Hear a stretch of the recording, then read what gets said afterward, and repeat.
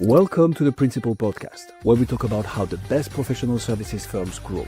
Whether you're looking to scale your firm or learn from the stories of founders and leaders who've done it, you're in the right place. Join us as we interview the best leaders in professional services. Let's get on with the show. Steve, welcome to the Principal Podcast. Thanks, Happy to have you. Thanks, man. 2 Guillaumes in a row, as I just shared with you. So. Here we go. This has never happened. So yeah, I'm actually genuinely impressed. Steve, let's jump straight into it. What's the story, man? What's got you into sales consulting in the first place? I'll answer this unlike any other way I've answered it, because I just shared this with the other Guillaume, the lesser Guillaume. I did a big keynote a few months ago, or maybe like 6 weeks ago now, in Nashville, and in the room before, like outside, everybody's gathering, meeting, whatever, the host was like, hey, so what are you really going to talk about? And the title of my keynote was One Size Fits None. And it's in relation to the sales training world and teaching magic scripts. And, here's our methodology, that predates the moon landing, right? So she goes, well, what's the real gist of it? And I said, I'm trying to stop the abuse of salespeople. I mean, that's the gist of it. She goes, I never heard that before. I go, that's why it's what I do every day. And when she brought me up on stage, there's like 300 people in there. She goes, I just wanted to tell you all what he just told me outside. She told me that he's going to try to stop the abuse of salespeople. Mm-hmm. And 3 dudes stood up and clapped. And I'm pretty cool. I'm sure you can figure out what role they had. So, abusers? No. Yeah, I figured. Yeah. So in essence, that's why I do what I do. How do you stop the abuse of salespeople? I need to ask that now. Yeah, I mean, bringing these out of touch with reality CEOs, owners, and leaders, right back from 1976, where they think we live, to 2026, what it's like for us that live in the real world and on Earth today. Mm-hmm. There's more to life than, wringing out the salespeople, right, like a sponge to try to get the most production out of them. Like, that shit doesn't work, buddy. So you may want to come and join us. And if not, plenty of other sales trainers and companies to call, but it ain't me. So I left the convincing business a long time ago. So if I have to convince an owner, a CEO, a sales manager to treat their salespeople like humans, that ain't the right client for me. Define sales for us then, Steve. What do you mean with sales? I just have conversations with people, and it's funny. Today we have a new client starting a new system of selling client in Missouri, and he retold the story to one of my other guys that's helping me on it. Their onboarding for new salespeople, until this kid took over, they forced them to watch DVDs of Glengarry Glen Ross. That was their onboarding. I swear. This is the training. Yeah, this is the always be closing crap. Yeah. And it's like, no, if you want to be great at sales, curious is the C, right? Curious. Always think about others, like think about giving first. And one of the things I've shared with so many salespeople, if you can teach a prospect something, like on your call or your Zoom or whatever, if you can teach them something, they're going to remember you, right? They're not going to remember the clown who just pitches them and features and benefits them to death. They're not going to remember you for a good reason. So I think that's what sales is. It's just being curious, right? When you have conversations with people. With what goal though? Being curious to achieve what? Yeah, that's an interesting question, considering I think goals are stupid. I don't have a goal. The goal is to have an intelligent conversation and to provide some help to them if they would like it. And if they would not like it, well, I can't control it anyway. So I just do my best and let the chips fall where they may. And some people want to work with us and some people don't. And that's cool. And that's life.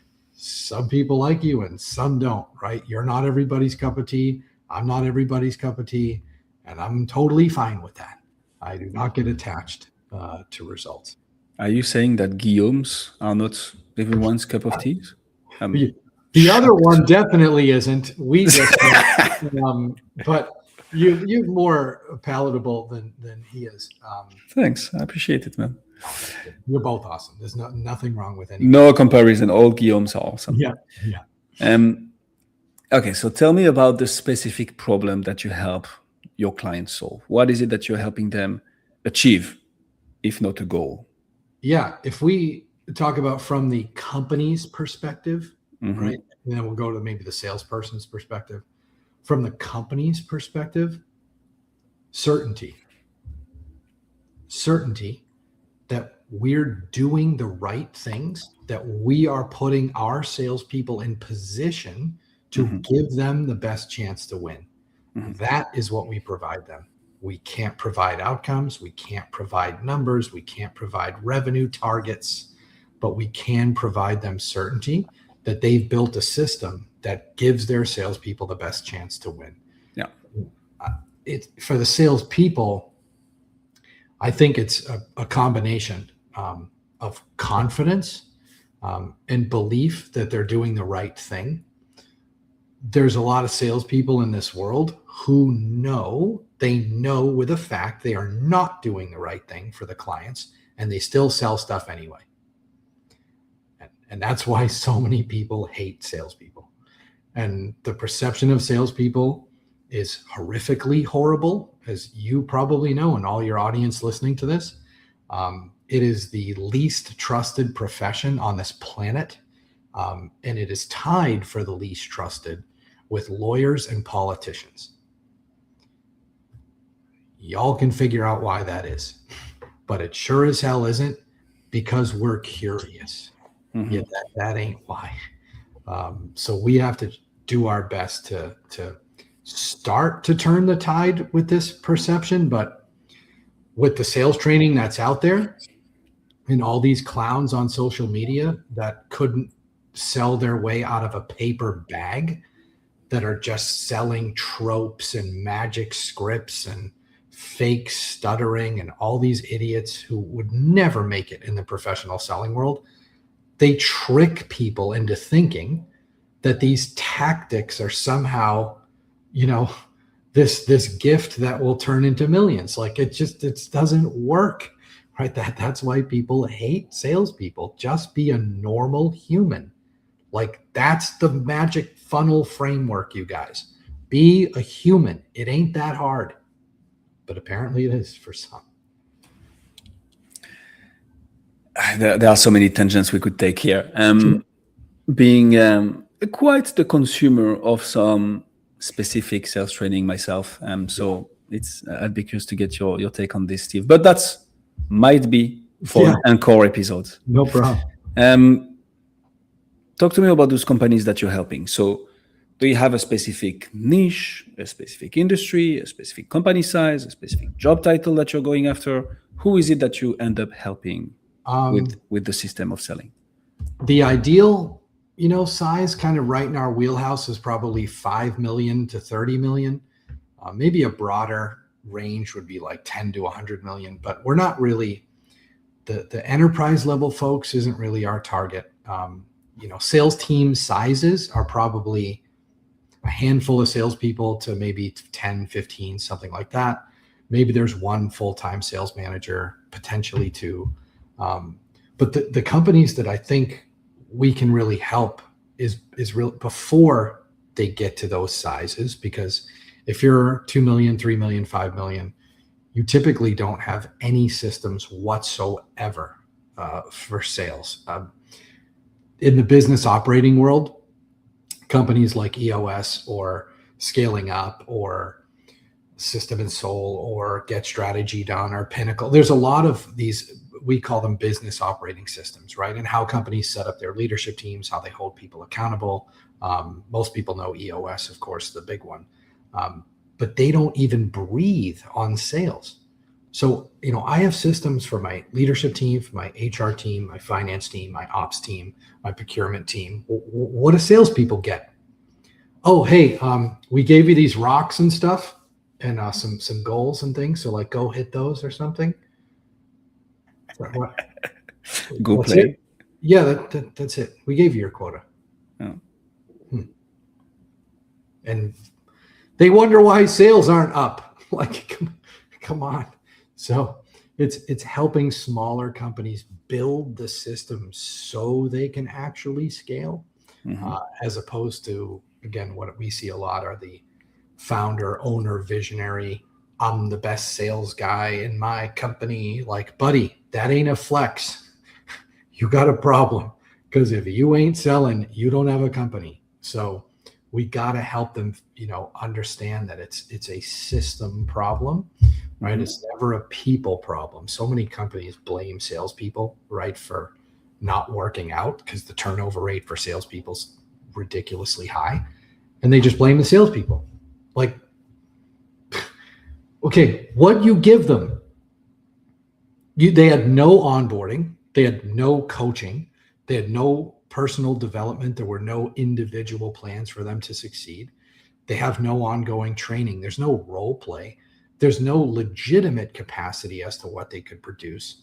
And you blame them? It's strange, man. But it's the majority of companies we see. How do you, and I feel we already have a feeling for that, but how do you, so you have, oh my God, there is so many things. Okay, so you have multiple people you need to reach. Yeah. And not convince. Yeah. But educate. Yes. Make maybe more sensible to the matter of the salespeople abuse. Yeah. There are probably the ultimate decision makers, the CEOs, COOs. Yeah. CFOs. Usually it's done. Right. Usually it's high up in the C level. You're going to have the sales team that ultimately you're going to end up working with. So we need their buy-in, or at least make sure they're engaged. And there is probably the sales manager, because as of 5-6 salespeople, you want to have a manager there. Yes. Yes. So you have kind of 3 stakeholders that you need to educate and reach with the system of selling. Yeah. What has worked for you, Steve, to market, brands, educate, so you can have those conversations with those people in the first place? For us, and sharing with you before about, just got back from Atlanta, so it's 4 full days in the studio, recorded, I think it was 240 videos. So it was first a vault, right, of content for System of Selling clients, because we work with them for a year or 2 years. They might not remember how we developed, right, their onboarding program. They might not remember how we write a job ad for when they're hiring a salesperson. They might not remember, how did we do that sales capacity calculation to set up the actual expected amount they should sell? So I put all of that on video, so they have content for that. The second part of going down there and creating these concepts, ideas, social media things around who needs to hear this message, were some lead-ins, right, which I'm going to be doing a ton of stuff on social media and for meetings that we have to prep them for the conversation. But most of the time, they've heard me speak somewhere. So when I do a lot of speaking around the country in Vistage or EO or other organizations, I'm with leaders for an hour, 2 hours, 3 hours. So throughout that time, they're like, wait a second, that's what we've been doing. So there's not a lot of convincing, because I've shown them all of the things that certainly are not working. And they're like, wait, we've done that, without saying, oh, Guillaume, you, I'm making it generic so they can see, like, well, we brought in a fractional sales training company or a fractional CRO. Oh, we brought in a business operating system. Oh, we changed the comp plan. Yeah, as if that works. Oh, we just added higher goals and quotas. Oh, we did some different random acts of marketing. Oh, we tried some trade shows. Oh, we tried hiring better salespeople. Like, they are seeing what they've done and sales still isn't fixed. So it opens their eyes a little bit to want to have a conversation. So that's typically how we've done it, which I'm thankful that all of the clients we have are either referral or, strategic partner or somebody that's heard me speak. So yeah, it's much easier when you can just open their eyes.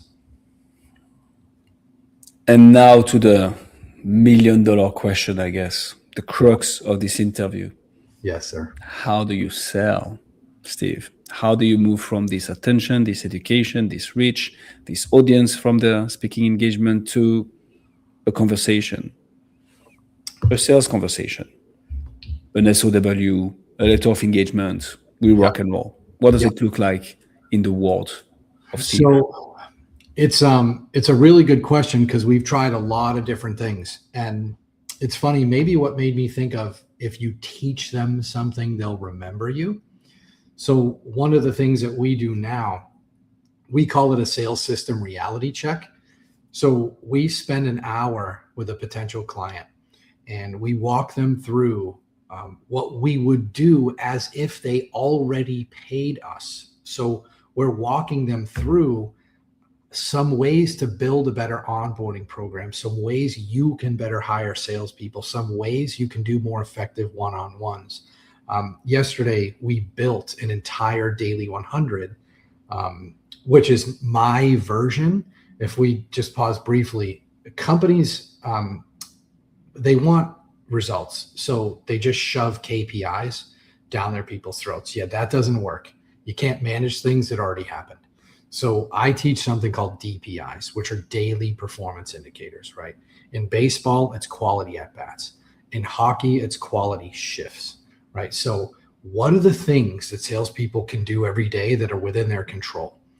So then we put a score to it. I gamified, right, these DPIs. So for example, a daily 100, there's 100 points in a day. I dial a phone or write an email, that's 1 point. I send my 2 handwritten thank you notes, which I just did before the call, by the way, before the podcast, that's 5 points. I asked 2 people for referrals, that's 10 points. So we built one of those for a prospect yesterday. There's no selling. They were just like, cool, what, how do we do this? Like, what's next? And that thing, that 60 minutes we spend, again, the sales system reality check, also includes something we do live, right, called a sales system audit. So we created this 25 question survey that goes through all of the things they're currently doing right now. And we do it in 5 cornerstones. So this is something that I think would help your audience. What I built the system of selling around are 5 cornerstones of elite sales execution. So 1 is strategic clarity. 2 is structure design. 3 is skill application. 4 is performance visibility. And 5 is stewardship and action. So we have 5 questions about each of those components, and then we give them a score. And then we know their revenue, their average deal size, all that kind of stuff. So it spits out a real amount. We spend a ton of time on getting this right, of how much top line revenue they're losing by not fixing these issues. And they see it live, and they're a $10 million company, and they see that thing say 1.4 million. And they're like, we got to do something about this. So that's the gist of how we do a discovery call, if you want to call it that. And at the end, we don't really say anything. Like my close or whatever that I teach our team and our clients and people in my training and all that stuff is, so where do we go from here? That's it. It's nothing else. And they'll tell you, either they have the objection, which you'll hear as to why they don't want to go forward. So now you know, or they go, let's get this thing going, man. When can you guys start? So that's when you know you've done a good job in sales, is when your prospects ask you, how do we move forward? What's the next step? When do we start the engagement, right? So that's how we do it, right or wrong, but seems to work pretty good. I was going to ask, and how is that going for you? Yeah. And I try different things. And one of the things that I really recommend salespeople do, and this is world-class salespeople are always looking to get better and to try something else that might work even better. It's the salespeople who are middling and not so great that just do the same thing for 17 straight years. So I try a lot of things. We've tried all kinds of things. I mean, free samples, free sales DNA tests. Like we've tried so many things, but on the principle of giving and providing value and teaching somebody and having them walk away as if they just paid a consultant $5,000 for this advice, there is no better sale. You just showed your value and you didn't charge them a dime. And so that's what I feel like we're on the right track with. And so it's pretty exciting. But maybe I'll think of something else, right? That's even better. You always have to be looking to improve in some way, right? There's just no other way to get to where you want to get to. Amen to that. Talk to me about client retention, Steve. You come in, you fix the sales pipeline, you get people results, and then what? How do you think about solving the next problem and the next problem? What happens then? Ideally, it's we're with clients for 2 years. So we already have our first year, set up. So sales strategy day is day 1, sales structure day is day 2. Then we come back 30 days later for inspection day. This is one of the biggest factors in why the system of selling works, because what generally happens is if anybody who's in consulting or training or coaching or whatever, you spend a day or two with somebody, all of that stuff is gone, okay, in a week. Forget about a month, right? It's all gone. So if we don't come back in a month and say, hey, Guillaume, remember all the stuff we built? Remember all the stuff you said we were going to implement? Remember all the things you wanted to change? Are we doing this? And without that 30-day inspection day, they just wasted a bunch of money. So that's really important to solidify the stuff that we built. Then we come back 90 days after that for calibration day. What that is what's working, what's not working. You guys said you wanted to generate more referrals. We built a referral asking program. How's it going?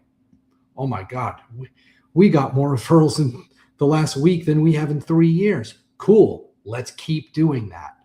Hey, you said you wanted to try trade shows as a means of generating leads. Well, did you do that? We did. It was horrible.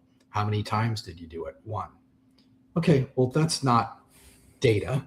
Let's try another one. So we're calibrating the things that we've created and built to see what's working. Let's continue it. To see if it's not working, let's maybe try it, or let's maybe end it.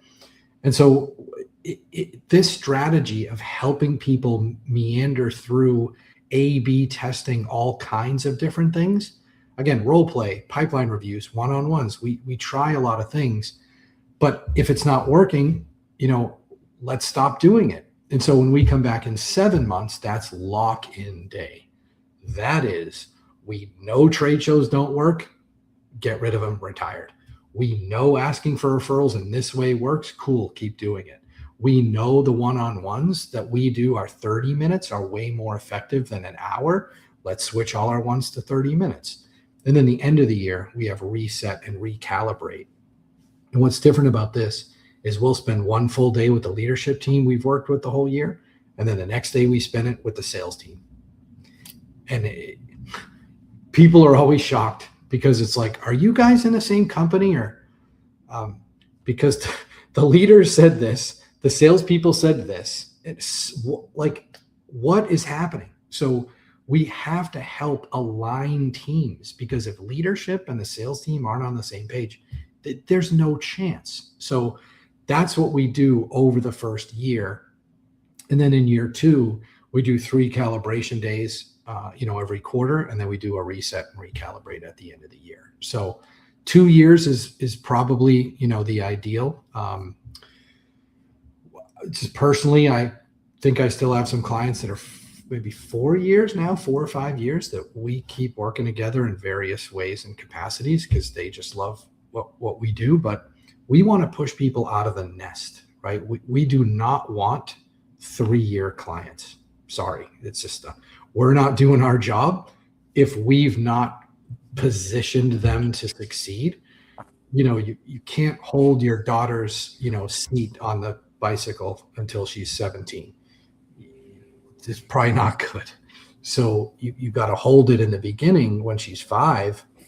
Then she can learn how to ride, and then you take the training wheels off, and then she's off and running. And so that's sort of how we want to position it with clients. We don't want to be their crutch. I like your style, Steve. Thanks. Which is why I'm gonna throw a little bit of a curveball question at you now. All right, Don't mind. let's hear it. What's your number one challenge? What is the one thing, the one nut that if you crack, you take the whole thing to the next level? Goals. What would that be for you? Goals. What do you mean? Helping people understand the science, the data, the common sense that are around this topic, that goals do not lead to better performance. Like, all of the data shows this in reality. But people have been so conditioned, like, it's so insane. But this is how life works anyway in America. You probably know this now. Not to get into too many details. You just say something over and over again, and even if it's false, people believe it. Okay, that's not real. And that's what's happened with goals. And so this thought of, well, I just got to write them down. Mm-hmm. Oh, that's how you're going to do better. So let me get this straight. You're going to write down break 80 in golf. Yeah, I'm going to write that down. How's that help you break 80? No, I manifested it as well this morning. I visualized it. How's that going to help you break 80? No, I don't think you heard me. I wrote it on my vision board. But then it's completely different. Okay. Did you go to the range today for 2 hours? No. Did you get custom fitted clubs? No. Did you spend an hour on the putting green making 100 3-foot putts in a row until you left? No. But I did write them down. I wrote down my goals. That's not how it works. But people have been taught this stuff. It's just insane. You know what works?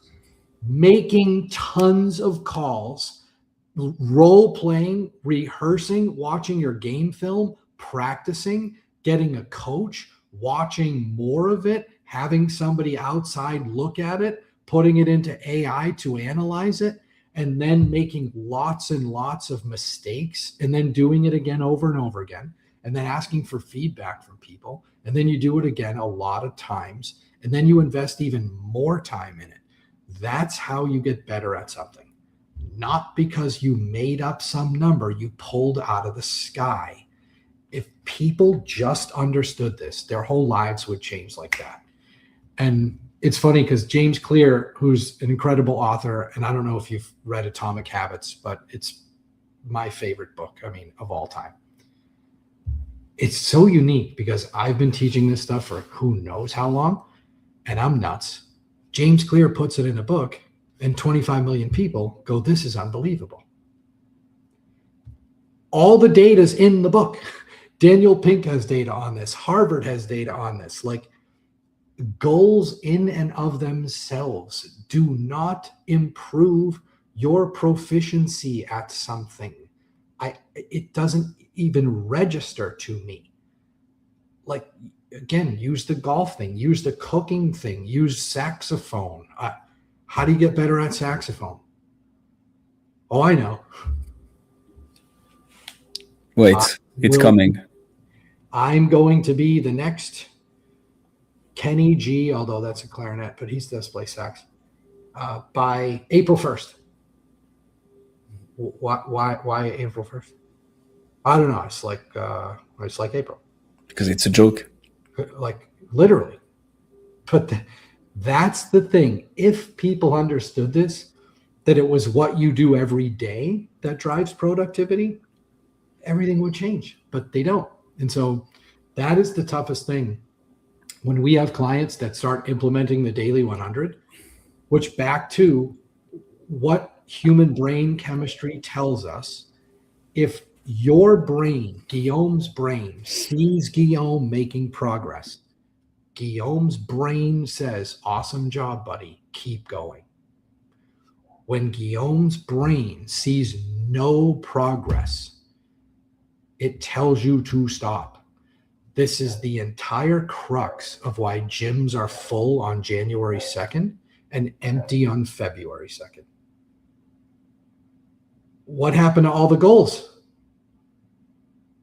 Where'd they go? Just up in smoke? What happened? I can tell you what happened. People didn't see progress, so they stop. Reason number 8 million, goals are stupid.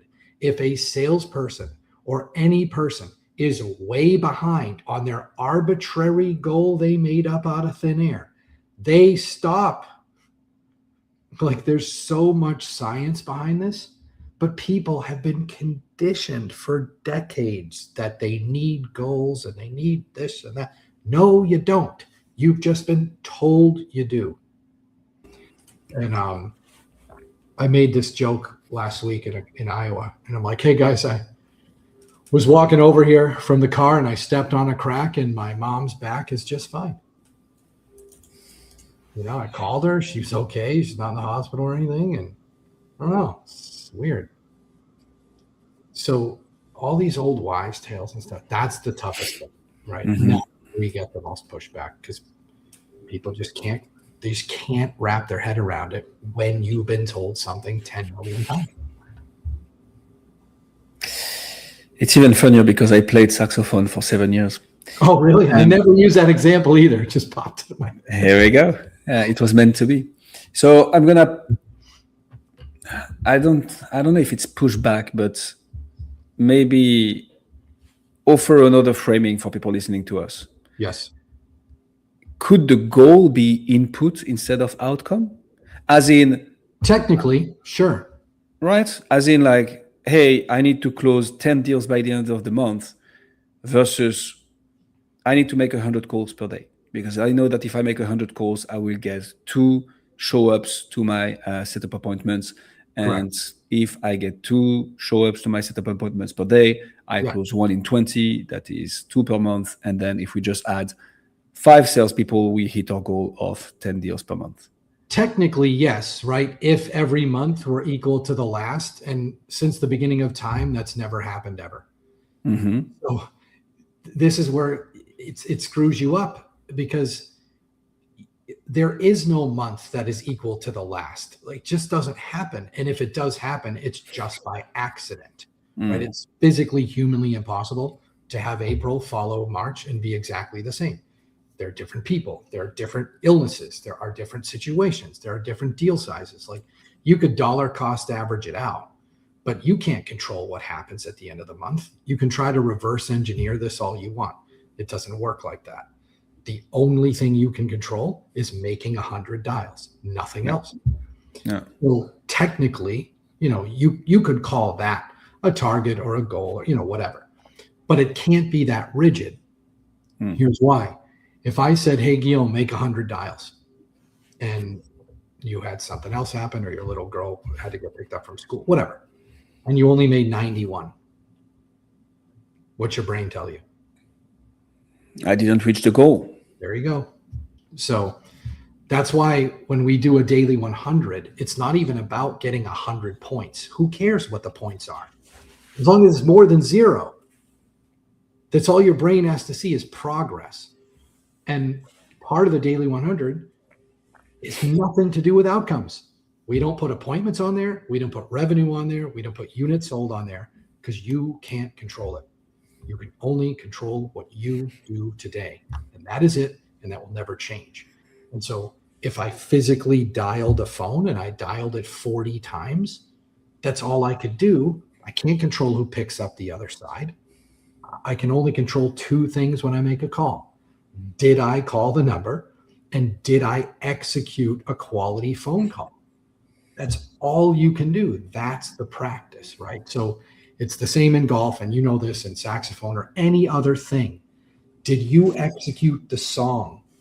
Did you execute the notes? You can't control who likes the song. All you could do is execute the song. But that's a hard thing for people to grasp because this entire world is outcome based, and that's why they get shitty outcomes. Steve Heroux, ladies and gentlemen. Proper pronunciation. Here we go. Steve, this was an absolute masterclass. Thank you very much. If people want to find out more about you, see what you do, where should they go?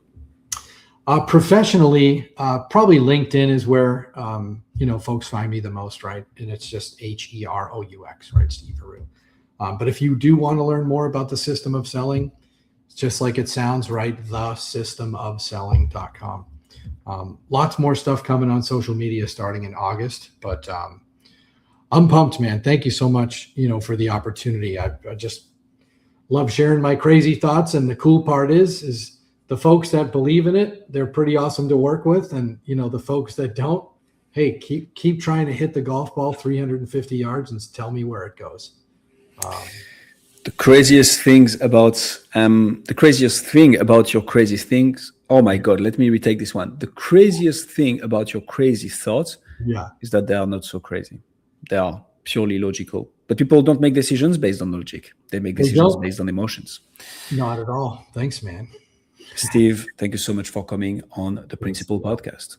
Thanks, man. Thanks, everybody, for listening. Thanks for joining us on this episode of the Principal Podcast. We hope you've learned valuable lessons and strategies to grow your firm and take your business to the next level. Make sure to subscribe and leave us a review wherever you're listening to this show so you never miss an episode. To apply and be a guest on the show, click the link in the description. See you next time. How